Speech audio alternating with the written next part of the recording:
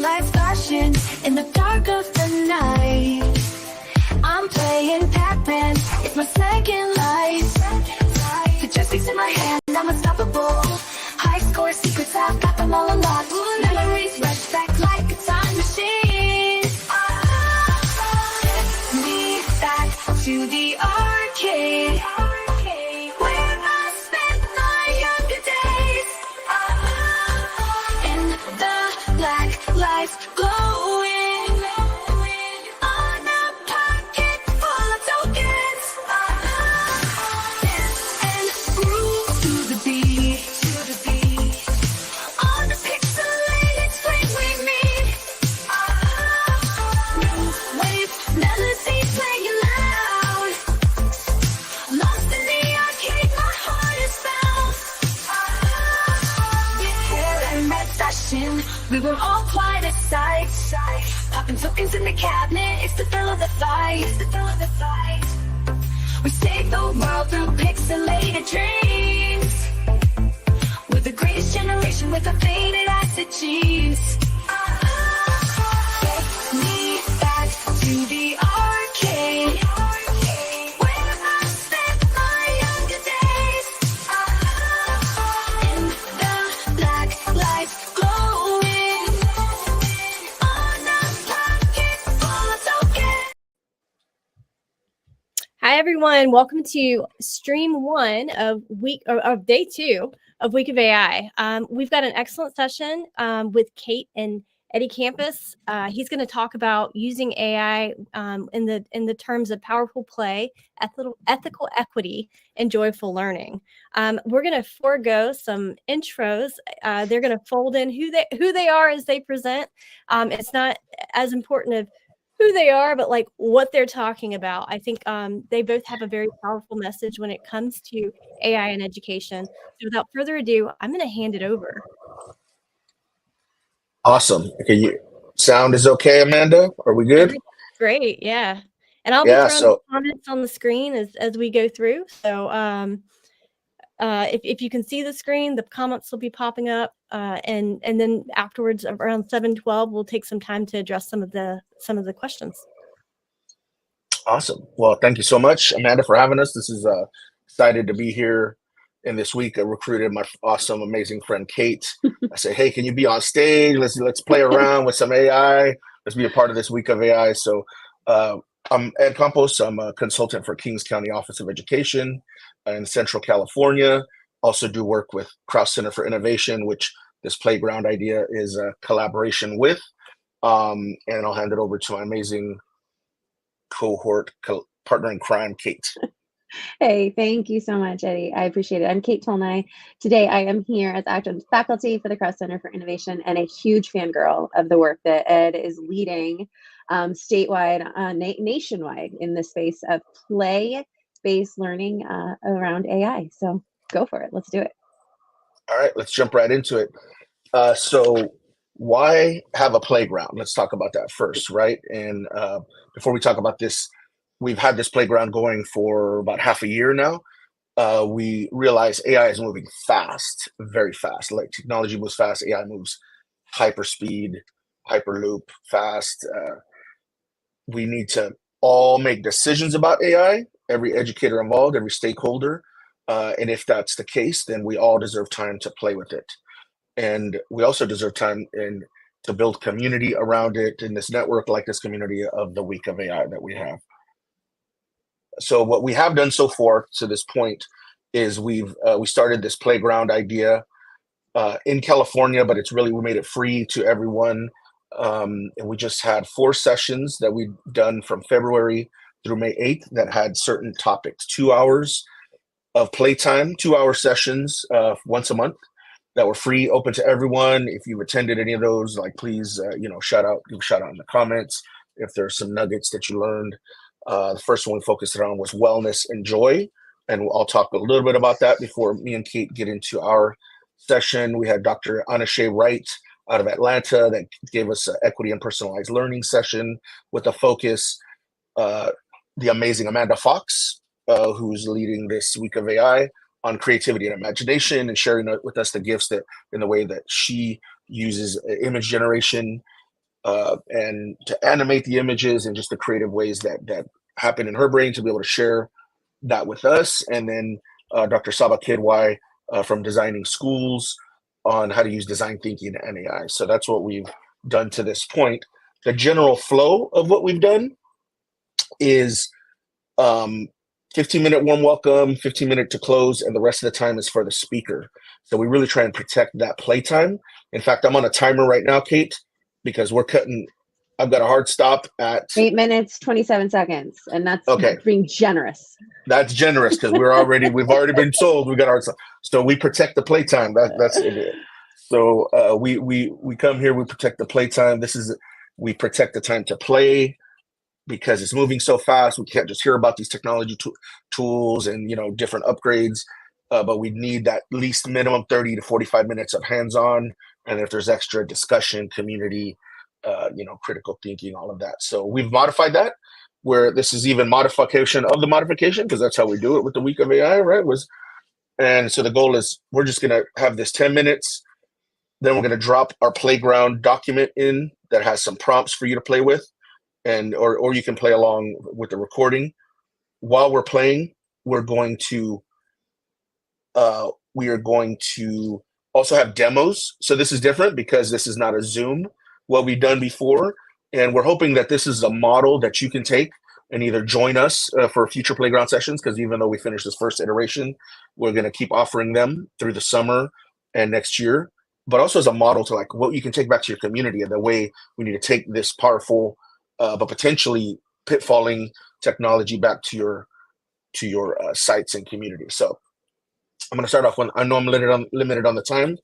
So I'm going to talk about our philosophy on the playground, right? We realize AI, there are some dangers and things we need to be aware of, but we do realize that the educator burnout, personal workforce burnout is real, and that AI has given us a gift of being efficient and getting what used to take us maybe 12 hours in the workday, in an 8-hour workday, which when that happens over and over, that leads to burnout, of giving us some daylight in the fact that we can get things done faster. So I just want to pose this question to everyone, like we've done at every playground. What are you doing with the time that you're getting back from AI? And it's your choice. It's our choice, right? We can do more work for sure.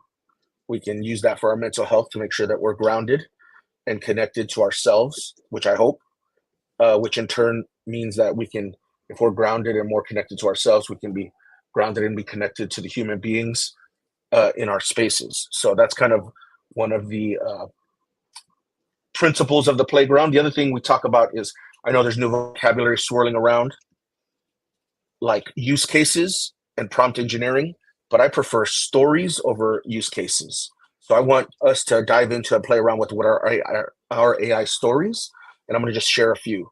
Right? Use cases. How am I using ChatGPT? Oh, I used it to write a letter of recommendation. That's awesome. But what are the stories, right? Because stories stick.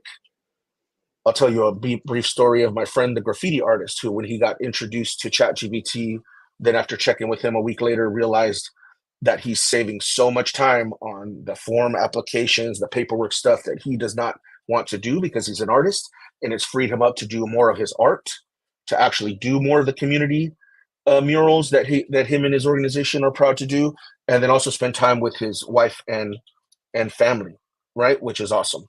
Another story of a kindergarten intern that I taught a technology class to and introduced the interns to ChatGPT, and then had them go into breakout rooms, who stayed behind after a Zoom and was literally in tears before we closed out, and just said she wanted to thank me because she's it was her first year teaching as an intern, and this tool has given her 2 hours of her day back with her 2-year-old daughter, because she would commute an hour to work, an hour back, and coming up with math lessons is just not her thing. And this has just helped her be more creative in this. So those are the kind of stories we care about, right? We want to hear from your stories, but we also want to maintain our safety, right? So I'm going to talk a little bit about the safety rules, and then I'm going to hand it off to Kate before we get started to talk a little bit about an amazing document that takes our safety to a whole other level. And first, we never want to ever enter personal identifiable information, right? What I tell people is, like, drive and listen to us as a podcast. Always be skeptical about people we meet on the playground and activities, and then check age limits. And then I'm going to hand it off to, oh, this image is not loading. But Kate, you want to go ahead and describe to them vividly? For sure. Yeah. And in fact, we can put the link to it in the chat. I'll get that in just a second. So out of the K4 Center came some research around responsible AI and tech justice. And so this is a guide for K-12 educators, and it supports what they're calling the critical interrogation of artificial intelligence, which was a term that I first heard when Dr. Quidwhite presented at Ed's Playground last week. But then as I was digging into this document, I found such empowerment in that term, that we as users and designers using AI as our assistant, are we taking the time to truly interrogate and dig in and be the human in the loop that we all need to be? And so I'm going to grab a link to that chat, or a link to that doc, put that in the comment section. There you go. So hopefully people will get it. So Ed, I think we were going to go from here over to chat with the document. Is that something you want to do now? Or you want to do that at the tail end? Let's do that at the tail end. Yeah. Perfect. Okay, so on to the play. Knowing that this document is framing so much of the work that we're going to wrap up with. Okay, so we have set up this playground document in case we run out of time, because you know how that is. I just want to give you an overview before we paste this in the chat. Or is this, you pasted this entire thing in the chat, Kate? No, I haven't. I did the K4 Center document. Okay. Yeah, we're good. So we want you to we have this set up here with a little information about the ground zero, because we think that we need to make sure that we're playing safely, and we believe that we want to respect and honor the amazing work the Kapoor Center's done when it comes to safety, ethics, and responsibility. But also give us time to play around with some of these tools and some of their interrogating questions. So we have actually 4 sections set up. I don't think we're going to get to all of them, but we have that zero, playground 1, with a couple of copy and pastable prompts that we have found very useful. And I have my playground prompts and practice, Kate's playground prompts and practice. And then because this technology is changing so fast, and ChatGPT 4.0 was just released on May 13th, we have a couple of things that we'd like to get to if we have time. So we're going to go ahead and paste that in the chat. And then let me see. Yeah. I got it for you. And then I want to do a time check. We're good. We're at 54 seconds. You did an amazing job. Nice work. Dude, did I stick the landing? You're so good. Like, I see the top flying off of your hands. It's beautiful. That's rare. Like, the timing is not my strong suit. I will say the playground has, like, forcing me to stick to protect the playtime is like making me a better presenter, because I have never been good at the timing. But I do love playing. So it's like, if it's for the sake of play, I'll stick the landing. For sure. Okay. So what we love to do first also is share some of your, just give like, since we're kind of on time here, share in the chat, what are some of your best use cases, stories, or prompts that you like as Kate? Because one of the things we like to do at the playground is tap into the hive mind. And as we're building community, by no means are we saying that we're the experts. We're just the hosts in the room, right? We're just the hosts in, yeah, do we have the link to the document? I posted it in there. It's just not going. Yeah, let me. It says it failed to post, but that's okay. Yeah, we'll paste it in there. Let's see. I know sure. For some reason it's sending mine. I have to log in. One of the things I'll say, Eddie, while you're figuring that out, you know, that this idea of interrogation, I think when you first hear it, I imagine like sitting in the room where there's a bright light on you and you've done something wrong and someone's coming at you who has power and authority, and they're asking you the hard questions, and you're sweating because you're trying to figure out your story. And if I put AI in the role of that identity, and I see myself as the interrogator, like, one, I don't want to make anybody sweat and cry, but I do think that there is an opportunity for us to pause and metaphorically own the power that we have as those humans, designers of the experience. And so one of the one of the prompts I'll say that Ed's going to play with in just a minute actually leverages AI to assess AI. And I don't know how many of you have had an opportunity or have even thought, like, at what point can we get so meta with our AI that we're just going to train it to be as strong as we need it to be. So custom bots are something that we have been playing a ton with. And I'm not going to go rogue on that. But if anybody else has made custom bots using ChatGPT 4 or Poe or any of the other resources out there that let you do it, it would be so cool to hear from you all to just put in the chat if that's something that you've done, because we found that there's a lot of power in people being able to customize their bots and really own the knowledge base. That being said, here we are, not always able to do that. And so here we are with our prompts. That So link's still not going. It's so strange. can you try? I'm not able to get into the chat, which is weird because it's asking me to connect to my YouTube account, which Totally. but I did put a bit.ly, if you can see this bit.ly Nice. on the screen, bit.ly/week of playground. Watch for the spelling, and if someone could do that and paste it in the chat, because I have been apparently the playground monitor has blocked my chat access. Bit.ly works. Awesome. Oh, thanks, Amanda. Save the day. Yeah. Thank you. Save the day. Okay. Great.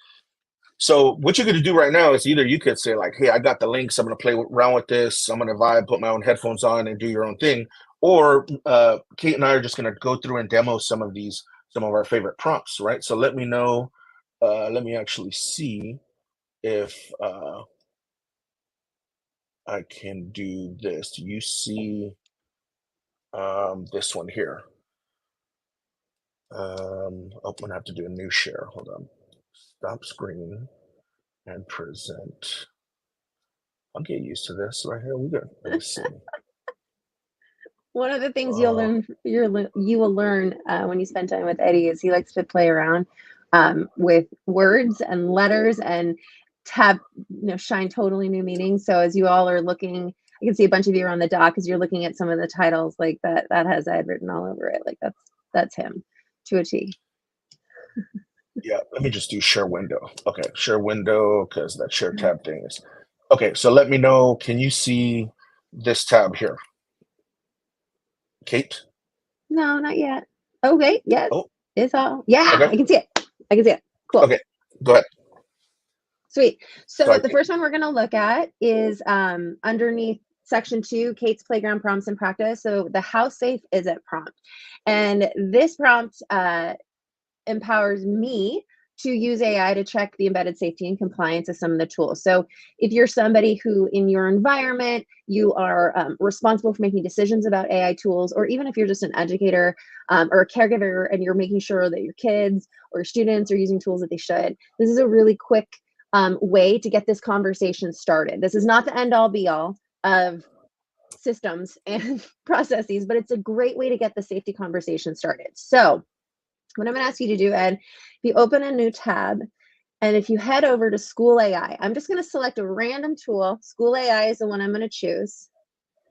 And I'm going to walk people through this process of finding on the tool site where the privacy policy lives. Are you able to do it, Eddie? I'm on that tab, but I don't know if it's not showing yet. We just see your prompt StreamYard. still. No, we see the StreamYard now. Oh. Okay. How about the School AI now? No. No? Okay. No. I'm gonna have to. I thought I was sharing my window, but yeah, if you're changing between tabs, if you share the window, it should work. Or okay. Yeah. I was doing that. I'm gonna share entire screen, which is a whole lot of trust. That means you all just entered the circle Ignore of trust. any notifications. Yep. No, and this is perfect. Okay. Now I'm going to start texting Eddie. Yeah. Yeah. With keep the expletives to PG-13. No. For sure. Okay. Can you see the? Yeah, we see everything. It's perfect. So again, this is just me selecting a tool that, say, as a decision maker or as an advisor of teachers wanting to use it. Let's say a teacher comes to you, hey, is School AI safe to use with my students? So Typically, privacy policies in terms of service live at the bottom of the website. So Ed, if you scroll all the way to the bottom and you look at the footer, you will often find a quick link to, boom, terms of service and privacy. So we're going to go ahead and click on privacy. Oh, yeah, privacy is better. That's all good. Okay, so once you get to the privacy page, we're going to press pause. Because what we need to do is get our prompt into ChatGPT, which is the chosen large language model that we're gonna demo today. Perfect. So you already have it down there, the beginning of the prompt. According to the following privacy policy, is blank, in this case, school AI, safe for students under 13 and under 18 to use in the classroom, colon, and now we have to go back to the privacy policy, select the entire thing, copy it, paste it over in the text field. Oh, did we get it? Oh, that was weird. Oh, it only chose that word. It's playing around. My technology is playing around with me. There we go. Awesome. Yep. So good. Just double checking it's all in there in all its glory. And then we're going to enter, and we're going to let ChatGPT's large language model scrub this policy and help me. Oh my goodness. Are you kidding me? This is amazing. It's playing around. There we go. Awesome. Okay. So in no time at all, we're starting to see indicators that we as educational technologists are looking for. So if you scroll up to the top of what the ChatGPT is giving us, it's pulling out compliance with FERPA and COPA. Great, got it. So I'm starting to see this. Now, am I just going to take this at face value? No, I want to go back into the terms of service, double and triple check, because I'm human in the loop and the AI is helping me. But the AI is giving me indicators early on that they're thinking about age restrictions. They're thinking about parental consent. They're thinking about all these pieces related to privacy and data that we want these tools to be thinking of. And it really expedited the process to use this "how safe is it" prompt to start this conversation. Boom. Boom. All right, on to the next one.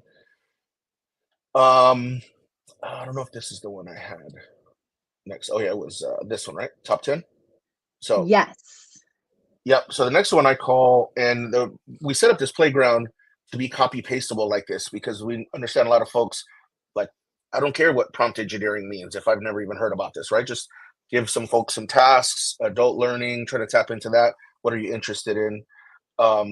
Instead of typing in, give me a lesson plan for 3rd grade fractions, my favorite one is to give me the top 10 creative ideas for lesson plans themes on a 5th grade fraction lesson. And if I had more time, I would actually paste the standard with the, not just the number for the standard wherever your state is, but also the, there's a lot of unusual activity because it's the week of AI, people. What are you talking about? ChatGPT. Y'all are breaking ChatGPT. ChatGPT, man. So fraction pizza party, fraction art gallery, right? A relay race, interactive fraction number line. So one of my favorite things to do with this is, and I introduced this to some teachers, and they were like, "Oh my God, this helps me. I don't even have to think anymore." I was like, "Yeah, well, you don't have to think about that, but if you free up your time with the lesson plan structure and this, using ChatGPT as a creative thought partner, you can also dial in, like, free up that time to learn more about your students, right? What are my students into? They are into, right? My students are into video games, Sonic the Hedgehog, and Takis chips, right? And so like then that helps me, or like give it things that you're into, because Lord knows that we need more joy from a teacher's perspective too, right? And this is the way I like to use ChatGPT as a thought partner. I think it said to use Takis chips as a manipulatives. That's literally what it says right there. That would be so killer. I'm done, right? You think kids are not going to be into? And then the Takis chips leads to, if you get the Takis chips challenge, it leads to more Takis chips sold. I've never had more kids interested. My kid came home with fractions, and they were loving fractions, but they had cheese dust and red and blue hot spicy dust around their fingers and mouth. You know, so that's the top 10 one. This other one, actually, I'm gonna go back to this one because is just to someone gave me this prompt and I love it. Like, give me a 5th grade fraction lesson, right? And I love this question about keep asking me questions to make this prompt better. Like, that's money. And what I would do is even there's a lot of unusual activity. There's unusual activity going on the week of AI, right?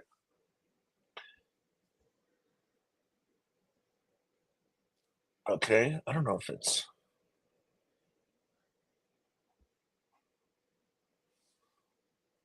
no. Ask Oh, me, sweet. Look at that. Questions yeah, for refining the lessons. Amazing. I haven't seen you do this. right.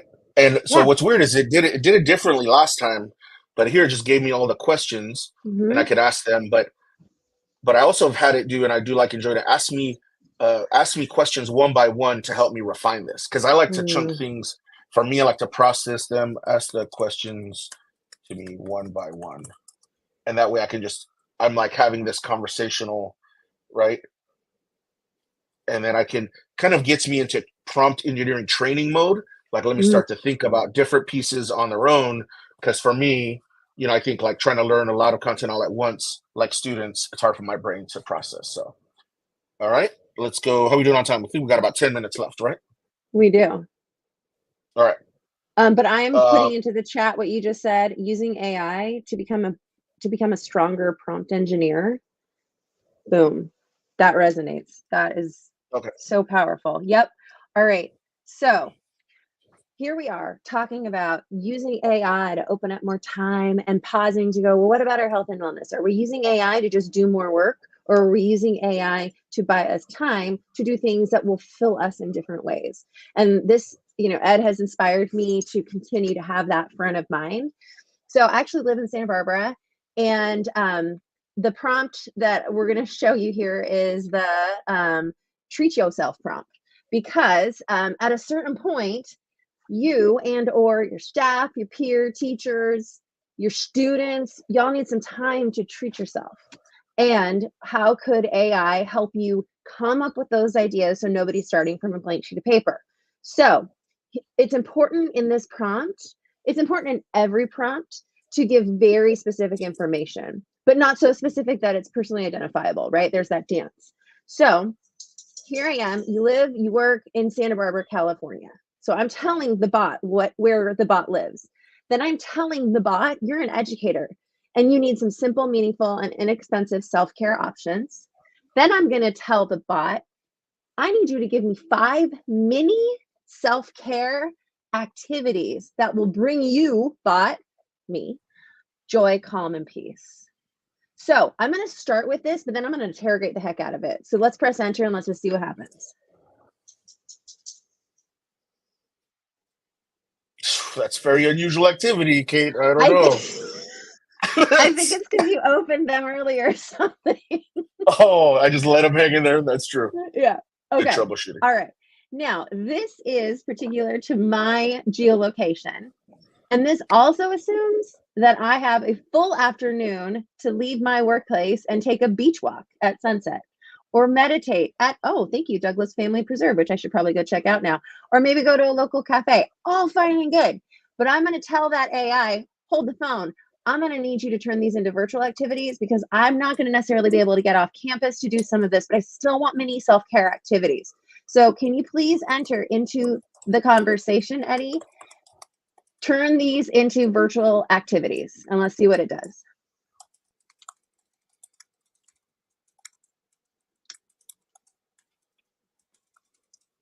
Now, I am somebody who firmly believes in the power of getting off the device, but sometimes you don't have that option and you need to find ways to integrate self-care into your day. So Now we have virtual beach walks. I don't know, maybe guided meditation. I am here for that. Give me some headspace. A coffee break with a book. All right. Like when was the last time I put a paper book in my bag and took that to work? Just a thought. So again, this is not the end all be all, but you want to just take your time to just ask those questions and own the experience and get it to give you exactly what you want by being more specific. And that's it. Yeah. Boom, you're up. I love that one, Kate. And like, I'll be honest, this is what, until I had to, because I was catching myself just filling up all that time I'm saving with like more work, and working faster. Until I said, man, this thing I just used that would have taken me like the whole day, I just did in 30 minutes. I'm gonna take a little victory lap, go get some tea, do a little meditation, turn on sounds of the ocean, take some deep breaths. Like, I'm not gonna lie, I like did that, and I'm having to remind myself. But I think it's our job at the playground to remind others too. Yes. Right. One of my other favorite ones is using nonviolent communication principles and ChatGPT. Oh my God. Woo! This one is fun to play with. So if you're not familiar with nonviolent communication, I would first do that. Explain nonviolent communication to me as if I was a middle school student. Love that you're giving it a roll. That's so good. Yep. So there's basically 4 components of nonviolent communication. This is one of my favorite things I've learned about the last couple of years. I would definitely be implementing this in my classroom because I believe this is like teaching emotional intelligence, which is not always a requirement for high school graduation. So observations without judgments, just state the facts, state your feelings, state the needs, and then make a request. So this has helped me resolve so many conflicts that sometimes are only happening in my head. And let's see, get out of this. I'm just going to give it the situation. Basically, I say use nonviolent communication. I'm a part of a, let me see, what's something I could. I'm being observed by my admin. I'm going to give you a real one. Admin that happened to me a while back. This is a while back. Admin, and am only getting critiqued. I feel like I am a voracious learner. You can see how I worked that word in there. Like it. And a PD addict. Oh my and gosh. Care about my craft as a teacher. Okay, I'm just gonna put that and see what nonviolent communication can help me out with using those 4. Okay. God, I need to run this on so many things. This is so great. This is, great for this is crafting. Help me be a better parent. Man, this is. I told her I don't know my buddy's listening right now, but one of my buddies, shall remain nameless, he was like, "Dude, this has helped me communicate with my wife." He goes, I've been using come by, hey, NVC for the win, but to help me smooth over things. This is the gift, technology and humanity. What are some needs we have? Could we have a meeting to discuss my strengths and areas, or even just, and see how I put it all together for me. Another addition to this is help me craft an email using this, because a lot of times this is emails, and but just one thing I've learned about, let me see, I'm going to go ahead and stop this right now because I think we've got, stop the screen. One thing I've learned is that ChatGPT loves to dive into things. Let's do a deep dive on things. So I always remove the deep dive portion from my email, because I'll notice that sends out. One of the other phrases that ChatGPT likes to bring in is likes to do deep dives. It likes to welcome you. It likes to hopefully find you well in emails. I hope this email finds you well. That's a good signal, right? So like we're playing in the playground, but just the little pro tips. I think that as we get, get used to these, playing around with these. So I know we have about 3 minutes left. Am I right? Because I think we're just about, and then we'll do questions then. And I think one of the things I wanted to add to it is like, it's totally acceptable for people to take an email maybe that they're drafted, put it in there, and maybe, you know, ChatGPT, look at this with the eyes of nonviolent I communication do and that make all the time. suggestions. Oh my gosh, like Or what? or ask it to run a sentiment Yep. analysis. Yep. Amazing. Amazing. Yeah. So thank you Yep. for that frame. And then one of the cool things I've saw. Do you know Eric Cross? He's in California, San Diego area. oh yeah. Yeah. Yep. Oh, so I was at San Diego Q Tang, and sorry, I had to Q Tang, but he was talking about using it for diversity, inclusion, and, Yeah. and just cultural awareness and doing cultural lessons that relate to the students who are in your classroom. And he put in a prompt, hi, like I'm a teacher teaching X grade level of students on forces in motion. And I need to, most of my students are Hispanic. I need to create a lesson that, would be culturally aware. And it taught force and motion through salsa dancing. It came up with a lesson. Oh Mm, wow. mhm, So, mhm. even when you're trying to be inclusive and diversify your lessons, and I Mhm. just thought that was brilliant. So cool. Yeah, and And I the want to and add. Thank you for bringing that one up because it adds one of the in my top 10. I like to do is add on to that too. My student population is 80% Mexican American, something like that. Make it culturally sustaining or something like that. But someone I saw from Santa Clara County Office of Education, brilliant add on to the prompt because uh, Latinos and Mexicans and Spanish people didn't make these tools. So right, and that's what we want more of. We want more of Black and Brown and Indigenous students into the creators of these tools and at the table. So like a guardrail, which I love. The prompt was, give me a culturally sustaining, lesson themes, but steer clear of racial stereotypes and Mm. any topics that could be considered insensitive, offensive, or any tropes or anything like that. And I was like, oh, that's until we get everyone at the table designing these tools, like which is what the Kapoor Center mentions. These are the type of the add-on to the awareness and education that we need to have as educators if we're sharing these tools, I think. Jonathan, he joined us at Yep. Q Palm Springs, 2019. Yep. Yep. Yeah, Yeah. even talking to Jonathan, or Michael Harvey, who's a Kiwi from New Zealand, just and Brett Salakis, like looking at dying languages, and training, because different LLMs are based off of they're really trained and slanted toward political systems, and most of it is very centered to or slanted to US political systems. So I know Brett's been working with someone to bring in Australian values into some LLMs and training models. So that's awesome. And then last thing I just want to mention is that the reason to play with this and set up monthly play, like we hope that you sign up. We're going to share our link to sign up. Is that we want to play monthly because the stuff changes all the time. 2 days ago, right, the new GPT 4.0 came out, and I put some prompts in there just to test the conversational voice feature on the mobile phone. Oh my god, like if you have it, like my prompt that I put in there was just have it say, translate this following conversation, whatever you hear in English translate to Spanish, whatever you hear in Spanish translate to English.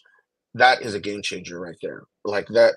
But it can't just be us select few that are knowing about these tools and get a chance to play with it. That's why I feel like constantly having this ongoing playful PLC to learn about these tools. So there's this YouTube video, and I'm a nerd. I just basically put in, the new OpenAI, but they had the voice activated on the phones, and they had two phones side by side, and they had the AIs talking to each other, and they had them singing. They were improvising a singing to each other. that's That's amazing. mind blowing. So, like, like if we think about like how could we integrate that into like school AI or an educational tool to where students are, you know, within the safety of the privacy policies, two students collaborating or maybe even setting it up to have, you know, to collaborate with AIs, having their phones out, having them sing back and forth and create a rap battle on the spot. Like, oh my God, stop it. That takes project-based learning to like to a whole new level. That's amazing. yeah. I'm gonna be stealing my daughter's phone later, and I'm gonna I'm gonna be playing around with that for sure. Oh, right on. Oh, good old Hal, 2001. Yeah. All right. Well, we're 1 minute out. Hopefully, you know, that's why we always say be nice to AI, because there are, you know, there's Yep. the looming threat of sci-fi empty promises at this moment with HAL 3000. What is it, HAL 3000, where the objective outweighed the sustainability of mankind. So God. yeah, but thank you guys so much. Again, they have playgrounds every month. I ask you keep up with Ed Campus on Twitter. His information and Kate is in the conference guide. If you haven't been in the conference guide, like flip through it. I will be adding their socials later, so keep it as a reference guide. Follow him. He does these free workshops, and they're fantastic. I was honored to lead one. I know Saba was on with design thinking. You just had some amazing people on to lead these and facilitate just exploring AI further. Yeah, we'd love for you all to join us and to learn from you as well. You know, like I said, by no means am I an expert in anything. No one is. I do like No one is I do like to host things and connect. I think that's even more useful these days. All right. Well, thank you guys so much. Thanks, Amanda. We are going to move to the next session, which started at 7:15. So join us in the other streams. We've got 2 more breakouts, 7:15 to 8, and then 8 to 8:30. Then we're joined by Snorkel. And after Snorkel, we're going to be giving away some swag. So get in that school AI space and tell us your reflections on today's sessions. We want to know. That's how we're determining winners today. So we'll see you there. Thanks, Bye. Amanda. Thanks, Amanda. Bye.